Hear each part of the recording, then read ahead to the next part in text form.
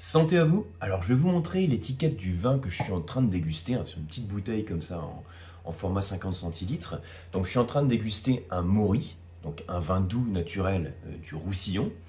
Et il y a une mention particulière sur l'étiquette, c'est sur la contre-étiquette, je vous le montre. Alors je ne sais pas si vous allez bien le voir à la caméra, mais c'est écrit Maury tuilé. Je ne sais pas si vous voyez la mention tuilé.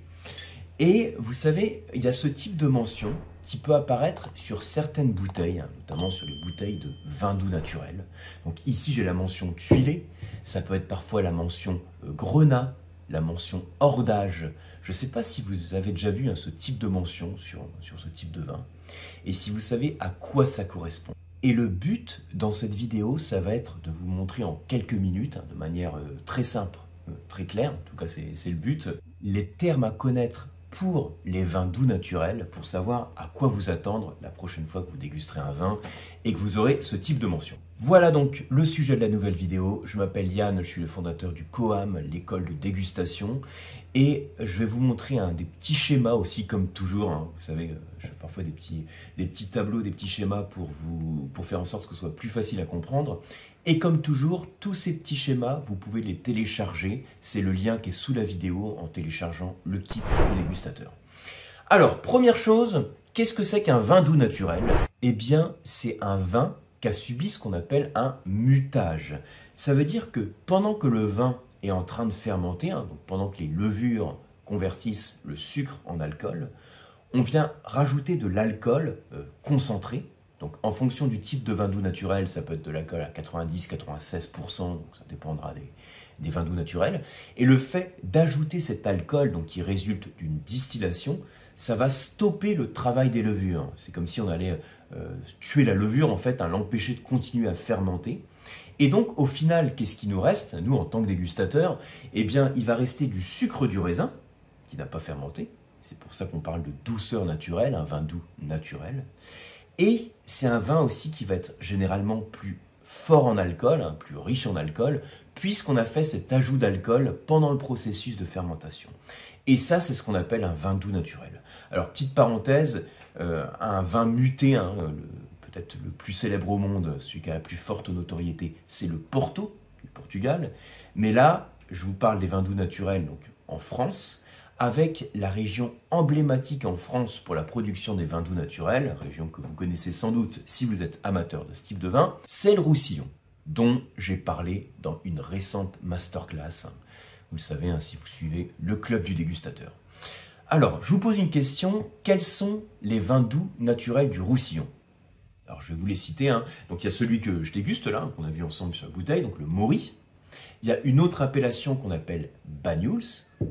Et puis ensuite, il y a Rivesaltes et Muscat Rivesaltes, qui sont les appellations les plus vastes sur le Roussillon.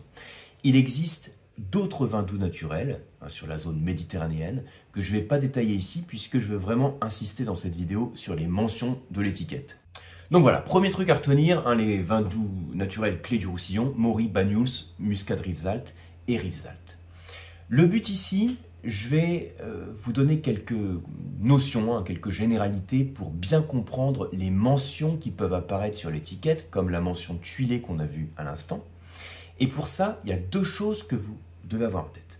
Première chose, on peut faire la distinction dans les mentions en se basant sur la couleur du vin. Donc, par exemple, quand j'ai un vin rouge, les mentions que je vais éventuellement trouver sur mon étiquette de vin doux naturel, ça peut être la mention, donc le tuilé déjà, comme on a vu ici. Ça peut être la mention aussi grenat, par exemple. Ça peut être la mention rimage, en fonction des vins. Je vais revenir dessus juste après. Ça peut être la mention aussi traditionnelle. Par contre, quand les vins doux naturels sont blancs, eh bien, on peut avoir comme mention, la mention, alors blanc, ça peut être la mention qui apparaît sur l'étiquette, ou la mention ambré. Okay, donc là, ça me permet de faire la distinction entre les rouges, les blancs, et je pourrais rajouter aussi la catégorie des rosés. Donc là, je vous ai présenté les mentions très rapidement comme ça, en faisant la distinction avec les couleurs. Je peux faire aussi la distinction en fonction du type d'élevage. Alors, je vous rassure, juste après, je vous montre un tableau qui récapitule tout ça. Donc, distinction sur le type d'élevage. Vous savez, souvent, l'élevage sur les vins doux naturels est fait de manière oxydative. qu'est-ce que ça veut dire oxydative? Ça veut dire qu'on va faire en sorte, pendant la période de repos qui précède la mise en bouteille, on va faire en sorte d'avoir un contact entre le vin et l'air. Donc ça peut se faire sous forme de barrique, ça peut se faire aussi sous forme de bonbonnes de verre qui ne sont pas complètement remplies et qu'on met au soleil par exemple. Tout ça, ce sont des manières de pratiquer des élevages oxydatifs. Et puis, l'autre choix pour l'élevage du vin, c'est le faire en milieu réducteur, donc classiquement en cuve inox, pour éviter justement d'avoir ce contact entre le vin et l'air. Alors, d'après vous, par quoi ça va se traduire pour nous en tant que dégustateurs, de déguster un vin doux naturel plutôt oxydatif ou plutôt réducteur, d'après vous? Eh bien, il y a des composés aromatiques qui sont créés par la phase d'élevage en milieu oxydatif. Par exemple, les notes de fruits secs, de pruneaux, de figues, voire des notes de noix, d'amandes, quelques notes d'épices, alors que le milieu réducteur, ça va être plutôt caractéristique d'arômes comme des arômes de fruits plus frais, des arômes de fruits noirs, de prunes. Vous voyez, on n'aura pas le pruneau, mais on aura la prune, des arômes de cassis, boîte aux liqueurs de cassis, de cerises, parfois de cerises macérées à l'eau de vie, puisqu'on est ici sur des vins doux naturels. Et alors, les mentions qui sont liées au milieu oxydatif, c'est les termes ambré, tuilé, voire également les mentions ordage ou rancio. Celles qui sont liées au milieu réducteur, c'est les mentions grenat, rimage ou le terme blanc qu'on peut voir sur l'étiquette. Ok, alors on remet tout ça en ordre et pour simplifier tout ça, je vous montre le tableau que je vous mets en fond d'écran. Alors dans ce tableau que vous pouvez retrouver également en téléchargeant le kit du dégustateur, je vous mets dans la partie infographie. Au sein du kit, si vous avez un ensemble de fichiers et donc vous avez un dossier infographie et vous avez ce tableau. Donc j'ai mis la partie Banyuls, Maury, Rivesaltes, Muscat Rivesaltes et les différents termes pour savoir à quoi ça peut correspondre. Pour faire simple, quand vous avez un Maury rouge, plutôt réducteur, donc sur le fruit, etc., c'est les Maury grenat. Quand au contraire, ce même Maury, il va subir un élevage prolongé, un élevage oxydatif, c'est le Maury tuilé. Quand on parle d'élevage oxydatif, il faut qu'il soit au moins jusqu'au 1er mars de la 3e année. Donc, je ne vais pas vous dire toutes les dates précises, mais je vous les mets sur le tableau. Quand le Maury blanc est plutôt en milieu réducteur, eh ben c'est simplement la mention blanc. Par contre, quand il est oxydatif, eh bien c'est le Maury ambré.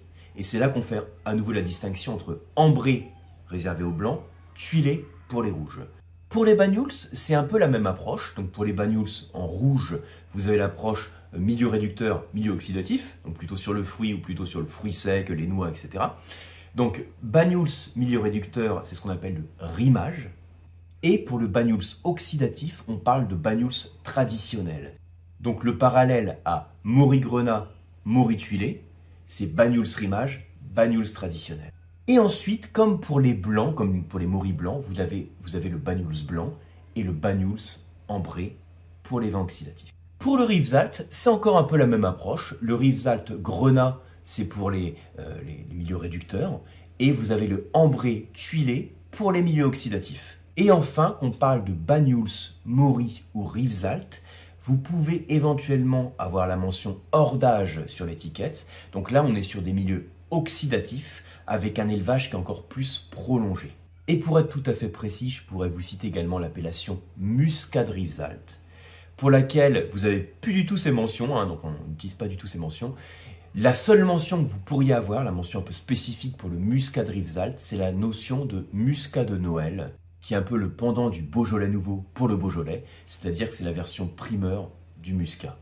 Donc voilà pour les petits repères à avoir en tête. J'espère que ça vous aide à y voir un petit peu plus clair.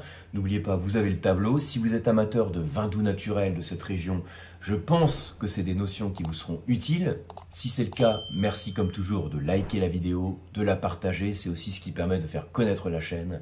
Je vous dis à la prochaine vidéo et d'ici là, je vous souhaite de déguster quelques jolis vins doux naturels du Roussillon, de prendre le temps de les déguster et surtout de rester curieux. Santé à vous!